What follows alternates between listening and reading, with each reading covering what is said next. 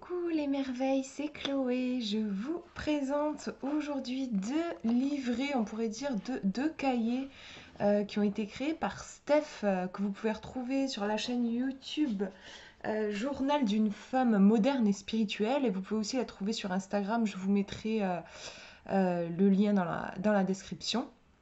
Alors je présente les deux en même temps plutôt que de faire une vidéo séparée, enfin deux vidéos séparées, parce qu'on est vraiment sur le même thème en fait des challenges. En fait, ce sont des cahiers qui ont été dédiés à des challenges à faire avec vos tarots et vos oracles. Après, la thématique est différente puisque on a celui-ci qui est sur le thème des animaux. Et celui-ci, en fait, c'est plus sur le calendrier, en fait. Ça se calque sur le calendrier. Donc, on peut, par exemple, se référer à la date à laquelle on est et avancer, en fait, chronologiquement. Bon, après, on n'est pas obligé. On peut aussi ouvrir au hasard et faire un exercice. Parce que, justement, alors, comment sont faits ces cahiers? En fait, moi, en tout cas, de ce que j'ai compris en les feuilletant, j'ai fait des tests aussi, je les ai expérimentés.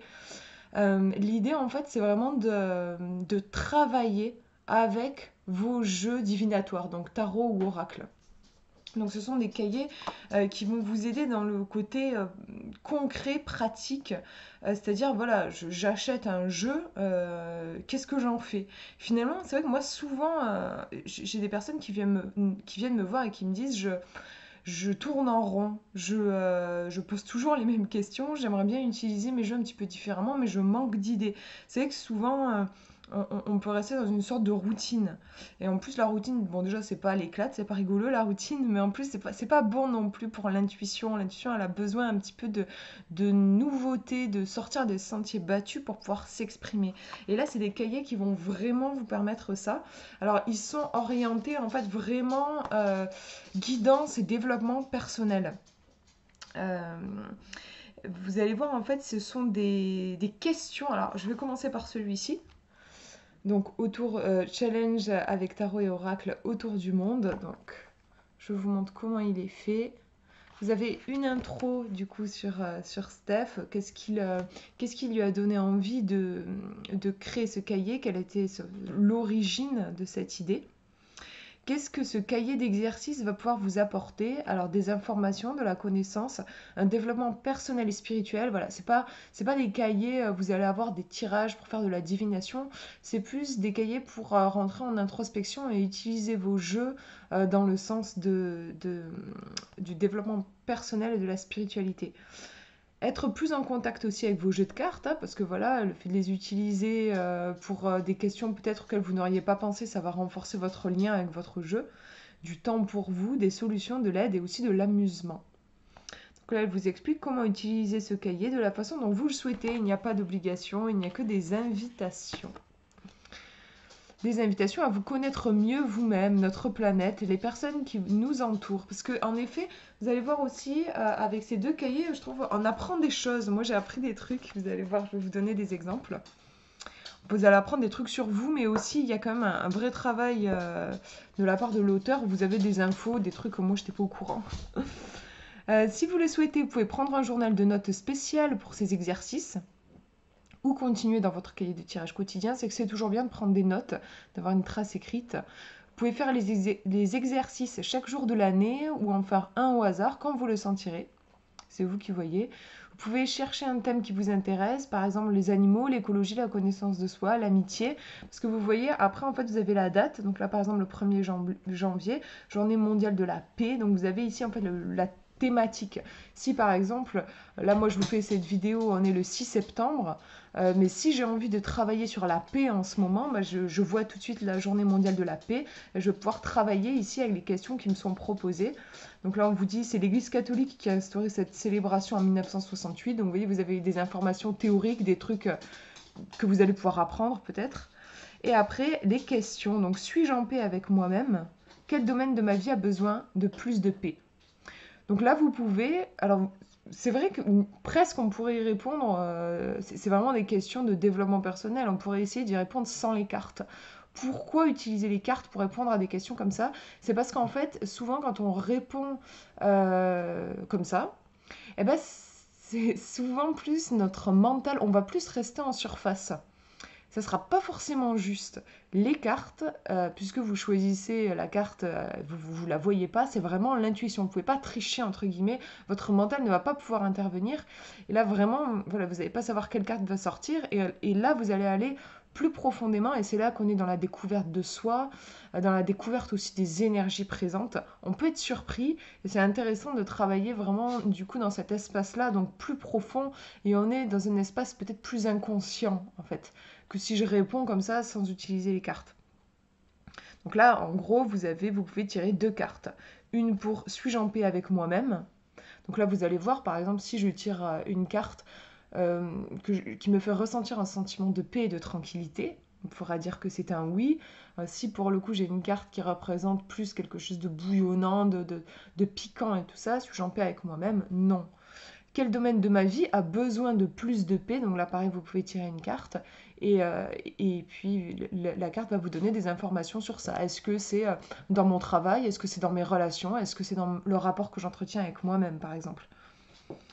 Voilà, et donc vous avez ça pour... Alors, c'est pas tous les jours, puisqu'elle s'est basée sur les thématiques, vraiment, et les fêtes et tout ça des jours, mais il y a quand même, vous voyez, beaucoup de jours précisés. Par exemple, si pour janvier, vous avez le 1, le 4, le 6, bon, il y a plein de trucs que je savais pas du tout. La journée mondiale du braille, la journée mondiale des orphelins de guerre, c'est un truc de dingue, vraiment. Toutes les célébrations, je vous montre tout le mois de janvier. 23 janvier, les journées mondiales de l'écriture manuscrite. Le 24, journée internationale de l'éducation. Le 25, journée mondiale des lépreux. 26, journée internationale de la douane. Là, on a une journée à la mémoire de l'Holocauste et des crimes contre l'humanité. Journée mondiale de la protection des données. Et voilà, et ensuite on passe à février. Vous voyez qu'on a beaucoup d'informations, à la fois ça peut donner de la culture générale, on va apprendre des choses, et en même temps on a un vrai travail de développement personnel et spirituel qui vous est proposé ici. Donc comme je disais, vous pouvez choisir chronologiquement. Par exemple, moi je l'ai reçu hier, bon, je l'ai étudié aujourd'hui. Et moi je vous fais cette vidéo, comme je vous disais, c'est le 6 septembre. Je suis allée voir, je me suis dit franchement, il ne doit pas y avoir de journée mondiale particulière. Eh ben si. Vous voyez, le 6 septembre, c'est la journée internationale de sensibilisation aux vautours. Donc là, elle vous explique un petit peu justement les vautours, leur énergie, tout ça. Et ensuite, je me suis tiré une carte pour voir qu'est-ce qui devait être nettoyé dans ma vie. J'en ai tiré une autre pour le pourquoi et encore une sur comment le faire au mieux. Et donc, c'est vrai que ce qui est chouette, c'est que ça permet de ne pas rester aussi dans une routine. Par exemple, le fameux tirage du matin que je fais personnellement, mais c'est vrai que c'est toujours la même chose. Quelles sont les énergies de la journée? Là, avec ça, en fait, vous allez déjà avoir quelque chose de plus ciblé. Là, moi, par exemple, ça m'a permis de travailler sur ce que j'avais besoin de d'épurer dans ma vie. Donc, voilà, encore une fois, ça évite d'être trop dans la routine. Qu'est-ce que je fais? Je me dis, est-ce que je vous donne un exemple pour vous montrer comment les cartes peuvent s'utiliser, en tout cas comment moi je vais les utiliser? Allez, je fais un exemple. Je vais prendre le 17 avril, journée mondiale de l'hémophilie.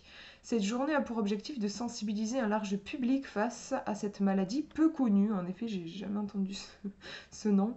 L'hémophilie est une maladie hémorragique héréditaire due au déficit d'une protéine de coagulation habituellement présente dans le plasma. Elle se transmet de façon héréditaire de père en fille et de mère en fils. Donc, question, comment honorer le sang qui coule dans mes veines? Et autre question, que signifie le sang pour moi? Donc, je vais pas faire les deux questions, mais je vais vous en faire une comme ça. Vous verrez un petit peu, parce que je me dis que sinon ça peut paraître peut-être un peu abstrait. Donc là, par exemple, je vais prendre l'oracle de l'énergie. Je prends la question, comment honorer le sang qui coule dans mes veines? Voilà, je brasse mes cartes en pensant à cette fameuse question. Je décroise mes jambes pour être bien alignée. Donc, la question, comment honorer, c'est ça. Comment honorer le sang qui coule dans mes veines? Elle est puissante cette question, je trouve. Et abondance en éclosion. Donc là, toujours, moi je fais attention à la première chose qui me vient comme ça au niveau du feeling. Abondance en éclosion. On a une carte ici qui est extrêmement positive. Et puis on le voit aussi au niveau des mots, hein, abondance en éclosion. Donc là, comment honorer le sang qui coule dans mes veines? On a vraiment, le premier truc qui me vient, c'est l'idée de ne pas vivre à moitié, de vivre pleinement, de profiter de la vie. On parle d'abondance, donc aussi d'être généreuse, de ne pas être timide avec la vie, de vivre à fond en fait, de ne pas perdre une seconde. J'y vois même un côté un petit peu carpe diem en fait. Voilà la façon pour moi d'honorer le sang qui coule dans mes veines, d'honorer finalement la vie. Voilà, vous voyez un petit peu comment moi en tout cas j'utilise les cartes. Juste avec une carte, voir comment ça, euh, comment je fais le lien avec la question en fait. Là, ça me parlait d'abondance en éclosion, ok. Et la question c'était comment honorer le sang dans mes veines. Bon, ben voilà, pour moi, c'est croquer la vie à pleines dents, voilà. Vraiment profiter de la vie, voilà. Et je vous montre du coup le challenge avec les tarots et oracles, donc au royaume des animaux. Donc c'est le même principe, on est vraiment sur de la croissance personnelle, du développement personnel et spirituel. Sauf que là, ce ne sont pas c'est pas le calendrier, vous n'avez pas les jours, vous avez des animaux en fait. Donc le livre, il est découpé en plusieurs, vous avez voilà, des royaumes, le royaume céleste, donc là vous allez avoir des oiseaux, tous les animaux qui sont dans l'air. Vous avez ensuite le royaume terrestre, le blaireau, le chameau, l'antilope, le jaguar, je vous en cite quelques-uns. On a des jolies illustrations aussi par moment. Vous avez le royaume marin, avec le crocodile, la tortue, la loutre, le royaume des insectes, le bourdon, la mouche, le royaume mythologique.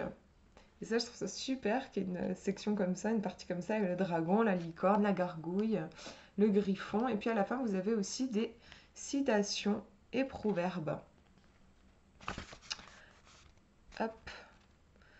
Voilà, donc vous avez les animaux sont les anges de cette terre, proverbes péruviens. Voilà, vous avez plein de citations, de références aux animaux. Attendez, je dis ça, mais c'est bien, je vérifie que je ne dise pas de conneries. Oui, voilà, retrouvez ici des citations et proverbes sur les animaux. Pour chaque citation, proverbe sur les animaux, tirez une carte et voyez ce qu'elle vous raconte. Donc c'est comme un petit bonus, un truc en plus à faire, où vous pouvez aussi, là aussi, jouer avec vos cartes. Voilà, du coup, donc là, comment l'utiliser? Bah, c'est vous qui voyez. Vous pouvez aussi bien, parfois, vous avez des...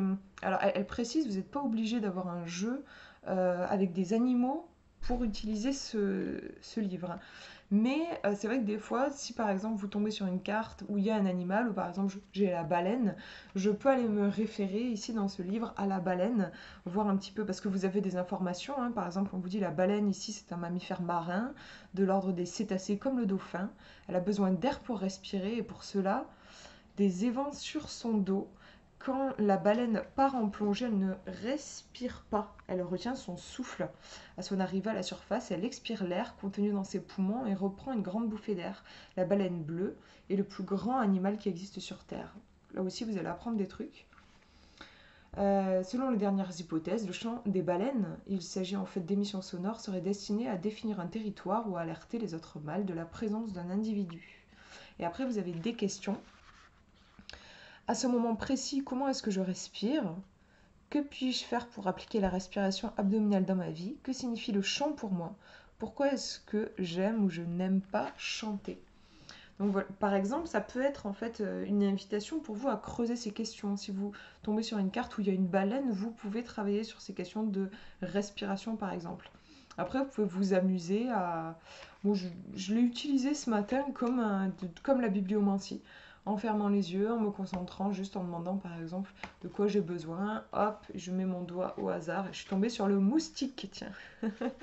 Le moustique. Donc en question, là on nous dit le moustique nous dérange. Qu'est-ce qui me dérange pour le moment? Pourquoi? Ai-je l'impression d'être trop petit pour changer les choses? Par quoi suis-je obsédée pour le moment? Pourquoi? Qui me prélève mon énergie pour le moment? C'est intéressant. Les questions sont très, très intéressantes, je trouve. Prenez les cartes de cours de votre tarot. Donc là, si vous bossez avec un tarot, et identifiez là où les personnes. Qu'est-ce qui me prélève mon énergie pour le moment? Voilà, donc là, je vous ai fait en bibliomancie. Vous pouvez aussi vous amuser à travailler si vous êtes un peu si vous aimez le chamanisme, si vous connaissez un animal qui vous accompagne en ce moment, pour savoir quel animal vous accompagne en ce moment, c'est pas très compliqué, hein. Vous pouvez tout simplement observer un animal qui croise souvent votre chemin. Et du coup là, allez vous référer aussi au message. Vous pouvez aussi travailler avec les rêves. Si j'ai rêvé par exemple d'un jaguar, là, je vais pouvoir me référer aussi aux questions posées par le jaguar, sortir mon jeu toujours et travailler comme ça.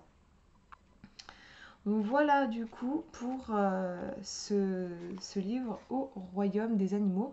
Alors je vous avais pas lu pardon, le, le résumé. Alors là on nous dit ce livre n'est pas à propos du tarot et des oracles à proprement parler, mais pour vous encourager à utiliser vos jeux autour d'un sujet qui me passionne, les animaux. Sortez vos tarots des boîtes et amusez-vous. Vous voulez savoir si ce livre est fait pour vous? Vous aimez les animaux, ils vous inspirent, alors foncez, vous avez soif d'apprendre de nouvelles choses, vous aimez relever des challenges avec vos tarots et oracles. Que peut apporter ce livre? De l'apprentissage, vous allez découvrir des choses, du développement personnel, des moments aussi privilégiés avec vos jeux. Et comment utiliser ce livre? Vous allez prendre le temps que vous voulez, faites selon votre ressenti. Peut-être choisirez-vous votre animal préféré en premier, peut-être vous prendrez une page au hasard, peut-être serez-vous intrigué par un animal en particulier. Laissez-vous guider par votre boussole intérieure. Elle sait où vous emmener. Bonne découverte. En fait, c'est des livres qui sont vraiment... en fait, je trouve, on le sent, et l'idée, c'est de se les approprier, en fait. Vous pouvez les utiliser comme vous voulez, il n'y a aucune obligation. Moi, je ressens vraiment une énergie d'expérimentation et d'amusement, en fait. Je pense que c'est le but recherché par Steph, en tout cas, moi, c'est comme ça que je le ressens. Juste prendre plaisir à s'amuser avec ces jeux, à s'autoriser aussi à explorer et en apprendre plus sur soi. Alors je vous ai pas dit où est-ce qu'on pouvait les trouver. Vous pouvez les trouver sur Amazon. Je vous mettrai les liens dans la description. Et j'aurais voulu vous donner les prix. Et je me suis pas bien organisée, j'ai perdu les prix. Alors attendez, je vous dis ça. Je crois que c'est autour d'une quinzaine d'euros, mais ils sont pas tout à fait au même prix. Voilà.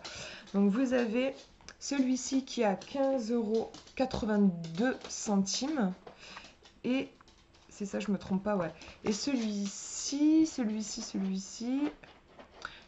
il est au prix de 14,09 €. Voilà, et puis du coup, je vous mettrai les liens dans la description si jamais ils vous intéressent. Voilà, je vous fais de gros bisous, prenez bien soin de vous.